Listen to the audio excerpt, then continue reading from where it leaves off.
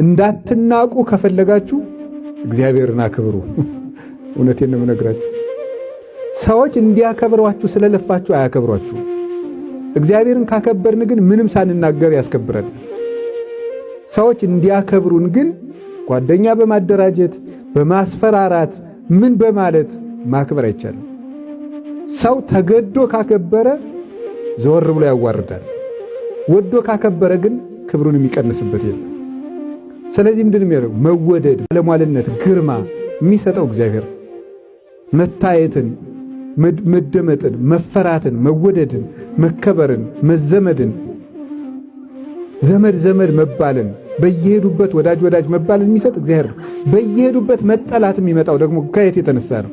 እግዚአብሔርን ሳናከብረው ስንቀር የሄድንበት ሁሉ ይጠላልና፣ እንኳን የውጭ እቤት ያለ ሰው ይጠላልና።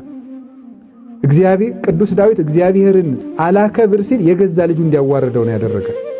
የገዛ ልጁ እግዚአብሔርን ባከበረበት ጊዜ ግን ጠጠር ይዞ ይፈራ ነበረ። ዳዊት ጠጠር ይዞ ይፈራል እግዚአብሔርን ይዞ። እግዚአብሔርን አላከብር ሲል የወንድ ሚስት ሲቀማ ደግሞ ሰራዊት ይዞ ተናቀ፣ ቤተ መንግሥት ይዞ ተናቀ። እግዚአብሔርን ይዞ ሳለ በግ ጠባቂ እያለ ይከበር ነበር። አስከብሮታል ከበግ ጠባቂነት አንስቶ። እግዚአብሔርን አላከብር ሲል ደግሞ ዙፋን ይዞ ዘውድ ደፍቶ ተዋረደ። ስለዚህ የሚያስከብረን እግዚአብሔርን መያዝ ወገኖች። እግዚአብሔርን ይዘን ከዞርን የትም እንከበራለን፣ የትም ዘመድ አለን።